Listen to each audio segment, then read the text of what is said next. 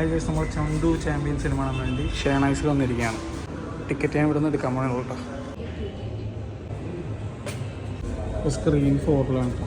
എൻ്റെ മറ്റേ കുട്ടിപ്പിയാണ് ഇപ്പോൾ സ്ക്രീൻ 4.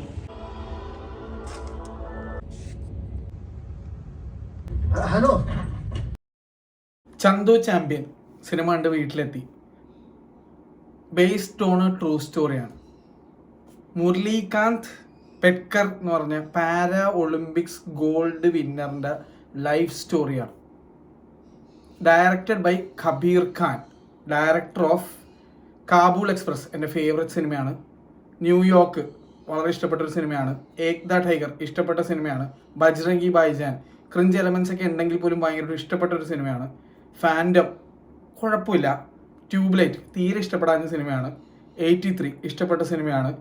ഇപ്പോൾ ചന്തു ചാമ്പ്യൻ. കബീർ ഖാൻ ഒരു പ്രോമിസിങ് ഡയറക്ടറാണ്. കാബൂൾ എക്സ്പ്രസ് കണ്ടത് എനിക്ക് ഇപ്പോഴും ഓർമ്മയുണ്ട്. അത്രയും കിടിലൊരു പടമായിരുന്നു. ബജ്രംഗി ഭായ്ജാനിൽ ഞാൻ ക്രിഞ്ച് എലമെൻറ്റ്സ് ഉണ്ടെന്ന് ഞാൻ തുറന്ന് പറഞ്ഞാണ്. ഉണ്ട്, കാരണം ബോർഡറിൽ ചെന്നിട്ട് ബോർഡർ ക്രോസ് ചെയ്യുന്ന കുറച്ച് പരിപാടികളൊക്കെ അത് ലിറ്ററലി ക്രിഞ്ച് എലമെൻ്റ്. പക്ഷേ ആ സിനിമയാക്കിയത് സൽമാൻ ഖാൻ്റെയും ആ കുട്ടിയുടെയും കെമിസ്ട്രിയാണ്. ആ കുട്ടിയാണ് ആ സിനിമയുടെ ഹാർട്ട് ആൻഡ് സോള്. അതിലെ പാട്ടുകളും ഒക്കെ അത്രയും സൂപ്പറായിരുന്നു ആ സിനിമ. ഭയങ്കര എൻജോയബിൾ ആയിരുന്നു. ഭയങ്കര കിടിലൻ ഒരു സിനിമ തന്നെയായിരുന്നു. പക്ഷേ അതിന് മുകളിലാണ് എനിക്ക് കാബൂൾ എക്സ്പ്രസ് ഇരിക്കുന്നത്. അതുപോലെ ന്യൂയോർക്കൊക്കെ നല്ല പടമായിരുന്നു. പക്ഷെ വേണ്ടത്ര ഒരു ഹിറ്റിലേക്ക് ആ സിനിമ കൺവേർട്ട് ആയില്ല എന്നാണ് എനിക്ക് തോന്നുന്നത്. 83 എനിക്ക് ഇഷ്ടപ്പെട്ട സിനിമയാണ്. എന്തായാലും ഈ സിനിമയിലേക്ക് വരുമ്പോഴേക്കും കാർത്തിക് ആര്യൻ്റെ കരിയറിലെ ബെസ്റ്റ് പെർഫോമൻസ് ആണ്. പ്യാർ കാ പഞ്ചനാമയും സോനു കി ടിറ്റു കി സ്വീറ്റിക്ക് ശേഷം എനിക്ക് കാർത്തിക്കിൻ്റെ ഇഷ്ടപ്പെട്ട ഒരു പടം ഇപ്പോൾ ഇതാണെന്ന് പറയുന്നത്. അതിന് മുന്നേ ഇറങ്ങിയ ഒരു പടങ്ങളും എനിക്ക് പിടിച്ചിട്ടുണ്ടായിരുന്നില്ല. ഈ സിനിമ എനിക്ക് ഇഷ്ടപ്പെട്ടു. കാർത്തിക് പുള്ളിയുടെ ബെസ്റ്റ് ചെയ്തിട്ടുണ്ട്. ഇതിലെ main character based on true story ആണല്ലോ. അപ്പോൾ ആ ആളുടെ ഒരു ഗ്രോത്ത് ഉണ്ട്, ഒരു രക്ഷയില്ല. പുള്ളി ആദ്യം ഒരു ഗുസ്തിക്കാരനായി മാറി, അതിനുശേഷം ഒരു പട്ടാളക്കാരനായിരിക്കും. അതിനുശേഷം പുള്ളി പാരാ ഒളിമ്പിക്സിൽ സ്വിമ്മിങ്ങിൽ പങ്കെടുത്ത് ഗോൾഡ് മെഡൽ നേടുന്ന ഒരു റിയൽ ലൈഫ് സ്റ്റോറിനെ പറ്റിയുള്ള ഒരു സിനിമയാണ്.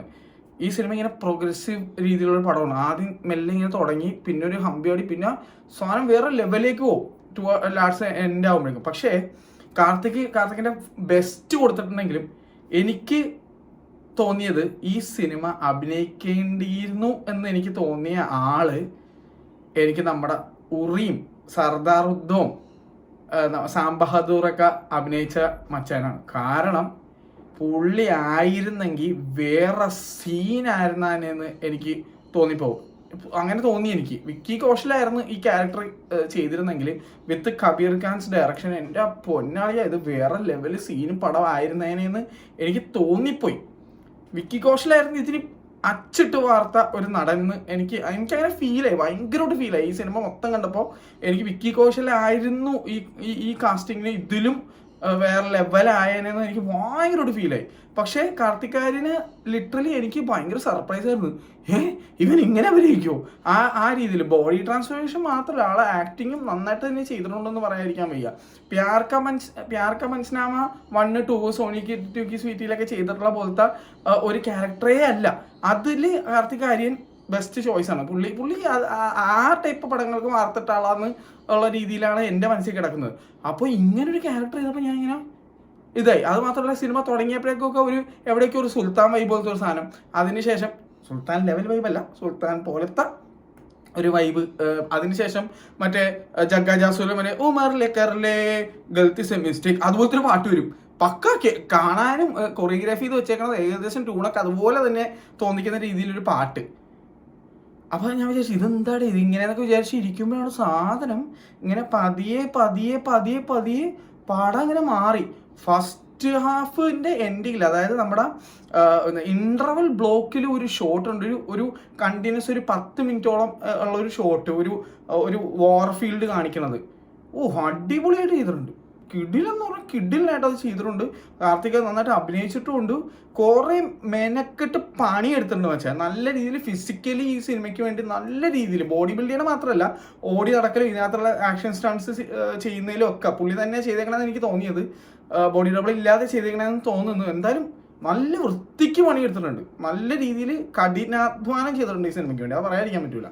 പിന്നെ കബീർ ഖാനെ പോലെ ഒരു കിടിലൻ ഡയറക്ടർ ആയിരുന്നുകൊണ്ട് തന്നെ അത് മേലനങ്ങി ഇതിനകത്ത് പണി എടുപ്പിച്ചിട്ടുണ്ട് എല്ലാവരെയും കൊണ്ട്, ക്യാമറമാൻ ആയിക്കോട്ടെ എല്ലാത്തിനെയും കൊണ്ട്. പിന്നെ മ്യൂസിക് ബൈ പ്രീതം എനിക്ക് ഇഷ്ടമുള്ള ഒരു മ്യൂസിക് ഡയറക്ടറാണ്. ലൈഫിൻ്റെ മെട്രോ ഒക്കെ വേറെ ലെവലായിരുന്നു പുള്ളിയുടെ. പ്രീതം ഒരുപാട് സിനിമയ്ക്ക് നല്ല മ്യൂസിക് ചെയ്തിട്ടുണ്ട്, അപ്പോൾ ഞാൻ പ്രത്യേകിച്ച് പറയേണ്ട കാര്യമൊന്നുമില്ല. പ്രീതം ഒരു നല്ലൊരു മ്യൂസിക് ഡയറക്ടറാണ്. അതുകൊണ്ട് തന്നെ ഈ സിനിമയിൽ അത്യാവശ്യം നല്ല പാട്ടുകളൊക്കെ ഉണ്ടായിരുന്നു. പക്ഷേ അങ്ങനെ ഓർത്തിരിക്കാൻ തരത്തിലുള്ള ടൈപ്പ് പാട്ടുകൾ ഉണ്ടായിരുന്നില്ല. ബജറ്റ് വായിച്ചാനൊക്കെ നമ്മളിങ്ങനെ ഓർത്തിരിക്കും, പാടിക്കൊണ്ട് നടക്കും, എപ്പോഴും കേൾക്കും, അങ്ങനത്തെ ടൈപ്പ് പാട്ടുകളൊന്നും അല്ലായിരുന്നു. പക്ഷേ ഈ സിനിമ കണ്ടിറങ്ങുമ്പോൾ നമുക്കൊരു രോമാഞ്ചം ഉണ്ടാവും. അവിടെ ഇവിടെയൊക്കെ നല്ല രോമാഞ്ചം വരുന്ന കുറച്ച് സീനുകളൊക്കെ ഉണ്ട്. ഭയങ്കര നമുക്കിങ്ങനെ പേട്രിയോട്ടിസം കയറി വരുന്ന രീതിയിലുള്ള കുറച്ച് സാധനങ്ങളുണ്ട്. പിന്നെ ഈ സിനിമയുടെ ഒരു ക്രക്സ് എന്ന് പറഞ്ഞാൽ തന്നെ ഈ മനുഷ്യൻ്റെ ആ ഒരു ലൈഫ് സ്റ്റോറിയിൽ നിന്ന് നമുക്ക് പഠിക്കേണ്ട പാടെന്ന് പറഞ്ഞാൽ നെവർ ഗിവ് അപ്പ് എന്നുള്ളതാണ്. തോൽക്കാൻ എന്താണ് സൗകര്യമില്ലാത്ത ഒരാൾ, തോൽവി സമ്മതിക്കാത്ത ഒരാൾ, ആ ലെവലിലാണ് ഇതിലെ ക്യാരക്ടറിൻ്റെ ഒരു ഡെവലപ്മെൻറ്റും. ഇത് റിയൽ സ്റ്റോറി ആയതുകൊണ്ട് അദ്ദേഹത്തിൻ്റെ ആ ഒരു ലൈഫ് കാണിച്ചിരിക്കുന്നതൊക്കെ സൂപ്പറായിട്ടാണ്. അപ്പോൾ എനിക്ക് തോന്നുന്നത് whole credit goes to the real person behind the story. കാരണം എന്താണ് നമ്മുടെ മുരളീകാന്ത് പേട്കർ എന്ന് പറഞ്ഞാൽ ആളുടെ എല്ലാമാണ് ഈ സിനിമ. ആളുടെ ഒരു ചെറിയൊരു ഗ്ലിംസാണ് നമുക്ക് ഈ സിനിമയായിട്ട് കാണാൻ പറ്റിയത്. പക്ഷെ എന്തോ എൻ്റെ മനസ്സിൽ എന്താണ് വിക്കി കൗശലായിരുന്നു കുറച്ചുകൂടി നല്ലൊരു ബെറ്റർ കാസ്റ്റിംഗ് എന്നുള്ളൊരു ഫീലിംഗ് എനിക്ക് വന്നു. എനിക്ക് തോന്നിയില്ല, എത്ര അധികം തുറന്നു പറയുന്നുള്ളൂ. പിന്നെ ക്രിഞ്ച് എലമെൻറ്റ്സ്, ഇതൊരു ബോളിവുഡ് സിനിമയുണ്ട്, രണ്ടിടത്ത് ആവശ്യമില്ലാത്ത രീതിയിൽ ക്രിഞ്ച് അടിപ്പിക്കുന്ന രീതിയിൽ രണ്ട് സാധനങ്ങൾ ഉണ്ടായിരുന്നു എനിക്ക് ഫീൽ ചെയ്തത്. ഒരെണ്ണം ഇച്ചിരി അസഹനീയമായിട്ട് എനിക്ക് ഫീൽ ചെയ്തു. ഒരു പ്ലെയിനിലേക്ക് കയറാൻ മടി കാണിക്കാൻ ഒരു സാധനമുണ്ട്, അതിങ്ങനെ ഓവറാക്കി ചളവാക്കിയ പോലെ ഒരു ഫീൽ എനിക്ക് ഉണ്ടായിരുന്നു. അത് വേണ്ടായിരുന്നു, അത് ഒഴിവാക്കാമായിരുന്നു. കോമിക്കിന് വേണ്ടി ചെയ്തതാണ്, പക്ഷേ എനിക്ക് ഓവറാക്കി ചളവാക്കിയ പോലെയാണ് ഫീൽ ചെയ്തത്. അങ്ങനെ ഒരു സാധനം. പിന്നെ വേറൊരു സ്ഥലത്തും ഉണ്ടായിരുന്നു. പിന്നെ അതൊക്കെ പോട്ടെ, കാരണം ഈ സിനിമ പെർഫെക്റ്റ് എന്ന് പറഞ്ഞ സാധനം ഉണ്ടാവില്ലല്ലോ. അപ്പോൾ ഇതിൽ അങ്ങനെ ഒരു സാധനം എനിക്ക് ഇഷ്ടപ്പെട്ടില്ല എന്നുള്ള, ചിലപ്പോൾ അതൊക്കെ എൻജോയ് ചെയ്യുന്ന നോർത്ത് ഇന്ത്യൻ ഓഡിയൻസ് ഉണ്ടാവും. ഈ സിനിമയ്ക്ക് എനിക്ക് തോന്നുന്നു തിയേറ്ററിൽ മലയാളിയായിട്ട് ഞാൻ മാത്രം ഉണ്ടായിരുന്നു തോന്നുന്നുണ്ട്. വേറെ ആരും ഞാൻ മലയാളിയായിട്ടുള്ള ഒരാളെ കണ്ടില്ല. എല്ലാവരും ഹിന്ദിയിലാണ് സംസാരിച്ചുകൊണ്ടിരുന്നത്. അങ്ങനെയാണ് ഞാൻ റിയലൈസ് ചെയ്തത്. ആകെ തിയേറ്ററിൽ കുറച്ച് പേരെ ഉണ്ടായിരുന്നുള്ളൂ. ഷെനൈസ് സ്ക്രീൻ ഫോണിലാണ് ഞാൻ സിനിമ കണ്ടത്.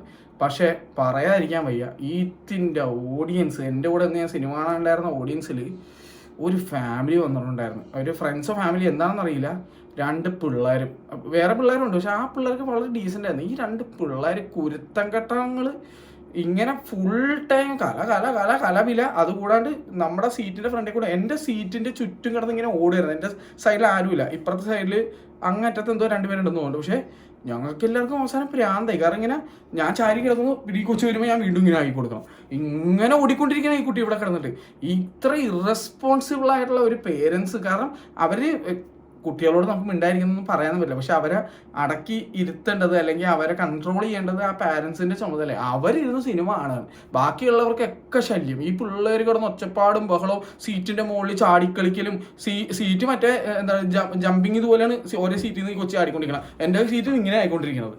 എൻ്റെ അമ്മയെ കുറച്ചു നേരം കഴിഞ്ഞപ്പോൾ എനിക്ക് എന്തെങ്കിലും പറഞ്ഞു കഴിഞ്ഞാൽ ചിലപ്പോൾ നമ്മുടെ മൊത്തം എക്സ്പീരിയൻസ് കുളവും, അല്ലെങ്കിൽ ആ മൂവിയുടെ ഇടയിൽ നമ്മുടെ മൂവി എക്സ്പീരിയൻസും കുളമൊക്കെ അവരോട് പറഞ്ഞു കഴിഞ്ഞാൽ ഭയങ്കര എനിക്ക് ആ ഭ്രാന്തായി. പിന്നെ പിള്ളേരല്ലേ, എന്ത് ചെയ്യാൻ പറ്റും, അങ്ങനത്തെ ഒരു അവസ്ഥയും കൂടി ആയിപ്പോയി. ഒന്നെങ്കിൽ അവരത് മനസ്സിലാക്കിക്കൊണ്ട് അവരെ അതുപോലെ വഴക്ക് പറഞ്ഞിരുത്തിയോ അല്ലെങ്കിൽ എന്തെങ്കിലുമൊക്കെ ചെയ്യണം, അല്ലെങ്കിൽ പുറത്തേക്ക് കൊണ്ടുപോകണം. ഇത് പുറത്തേക്ക് കൊണ്ടുപോകണം എന്നാണ് ഞാൻ മനസ്സിലാക്കിയപ്പോൾ ഇവരാണെങ്കിൽ പുറത്ത് പോലെ ഇത്തിരി കൂടി. അതായത് ഇടക്കിടക്ക് പുറത്ത് പോകണതാണ്. മറ്റേ ആദ്യം പോയി പിള്ളേർക്ക് എന്താ ഫുഡ് മേടിച്ച് കൊടുക്കാൻ പോയി, അതിനുശേഷം വേറെ എന്തൊക്കെ മേടിക്കാൻ പോയി, പിന്നെ എന്താ ബാത്റൂമിൽ ടോയ്ലറ്റിൽ പോയി. എൻ്റെ പണി ഞാൻ ഓരോ തവണ ഇങ്ങനെ ആളിങ്ങനെ ഫ്രണ്ടിൽ കൂടെ പോകണേ. അതുപോലെ ഞാൻ ചായ ഇരിക്കണ, എനിക്ക് മര്യാദയ്ക്ക് ചായ ഇരിക്കാൻ പറ്റില്ല. ചായ ഇരിക്കും, ഞാൻ നേരെയാവും. ഇവർ പോകാൻ വേണ്ടിയിട്ട് നേരെ കൊടുത്താലേ കുറച്ച് ലെഗ് സ്പേസ് കിട്ടുള്ളൂ.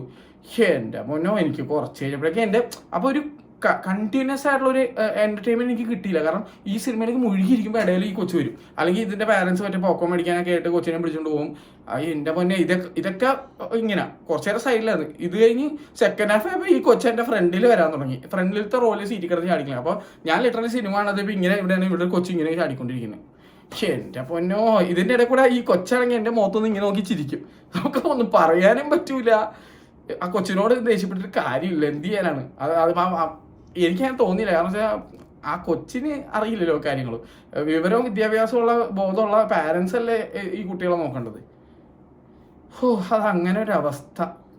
ഞാനിങ്ങനെ എനിക്കാണെങ്കിൽ ഐശോം കയറാണ്ട് ഞാനൊക്കെ തിരിഞ്ഞു നോക്കും, പാരൻസിന്റെ മുഖത്ത് നോക്കും, അയാളാണെങ്കിൽ ഒരു മൈൻഡും ഇല്ല. ഇവിടെ എന്ത് സംഭവിക്കട്ടെ, പുള്ളി സിനിമയുടെ അത് മുഴുകി അകത്ത് കയറി ഇരിക്കുകയാണ്. ഞങ്ങളാണ് ഈ കിടന്ന് അനുഭവിക്കണം. സൈഡിലുള്ളവർക്കൊക്കെ ഭ്രാന്ത് പിടിക്കണായിരുന്നു, പുറകിൽ പിറുവിറുക്കുന്നുണ്ട്. ഇത് രീതിയിലൊക്കെ ഹിന്ദിയിൽ അവരിങ്ങനെ പറയുന്നുണ്ട്, ക്യായോ എന്നൊക്കെ പറഞ്ഞ് ഇവർ പറഞ്ഞുകൊണ്ടിരിക്കുന്നുണ്ട്.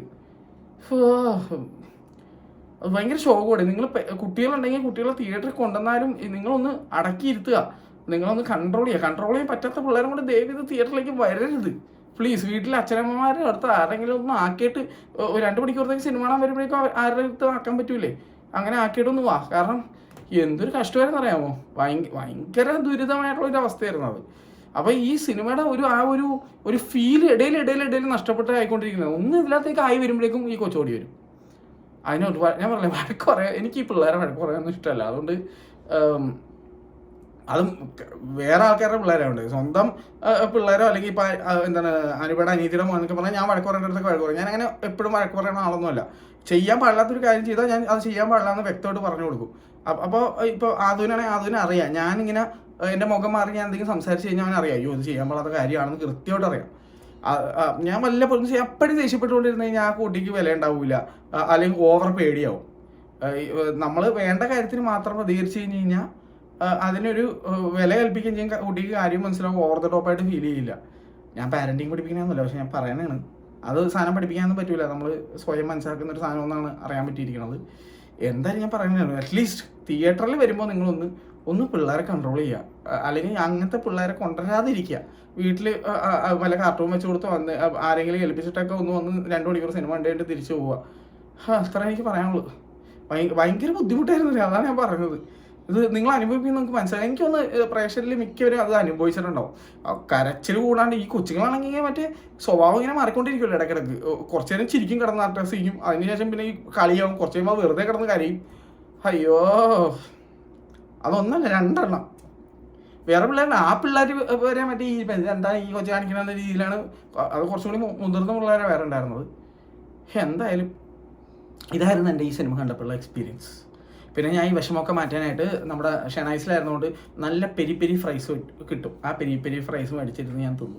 ഇത് തിന്നുകൊണ്ടിരിക്കുമ്പോൾ ആ കൊച്ചിങ്ങനെ ഡിങ്കിട്ട് ഇങ്ങനെ പോയിക്കൊണ്ടിരിക്കുന്നത്. പിന്നെ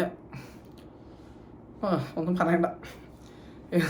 എന്തായാലും സിനിമ എനിക്ക് ഇഷ്ടപ്പെട്ടു വെച്ചാൽ ഇഷ്ടപ്പെട്ടു. പക്ഷേ എൻ്റെ experience in the theatre due to എന്താണ് ദ ഓഡിയൻസ്, തിയേറ്റർ കാരണമല്ല, ഓഡിയൻസ് കാരണം അതൊരു വലിയ ഡിസപ്പോയിൻമെൻ്റ് ആയിരുന്നു.